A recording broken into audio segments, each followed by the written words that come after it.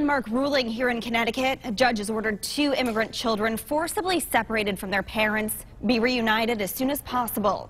The judge calling President Donald Trump's zero-tolerance policy of separating families unconstitutional.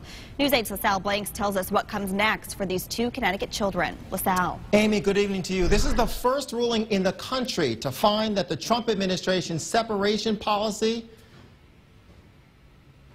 is wrong and violates the rights of children. Now, this is the case that drew protesters outside the federal courthouse in Bridgeport this week. That's where an emergency hearing was held. Lawyers representing the 2 children were asking the judge to rule that the kids should be reunited with their parents immediately. The kids are a 14-year-old girl who fled from El Salvador and last saw her mother in May, and a 9-year-old boy who escaped from Honduras and hasn't seen his father since June, when they were forcibly separated while the boy was asleep.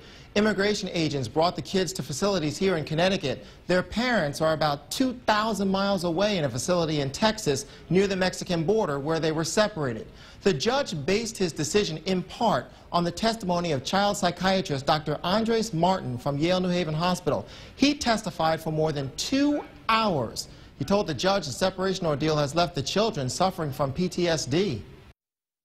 It is harrowing to see what these children have been through, and that immediate relief with their families is the definitive intervention that we need to do expeditiously. And there's a new development this afternoon. Governor Malloy is speaking out about the judge's decision and issued this statement a short time ago. The governor says President Trump's family separation policy is not only cruel and heartless, it is un-American. This ruling is in the right direction to ensuring that the 2 children who are currently located in Connecticut receive the services they need and are reunited with their families post-haste. That reunion will happen Wednesday when there's another hearing in this case, a status conference at the federal courthouse in Bridgeport.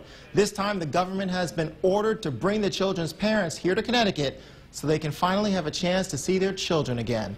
The judge is also ordering the government to provide daily video conferencing between the parents and the kids, and he wants the government to propose a treatment plan to begin the healing of the wounds inflicted by the government's actions.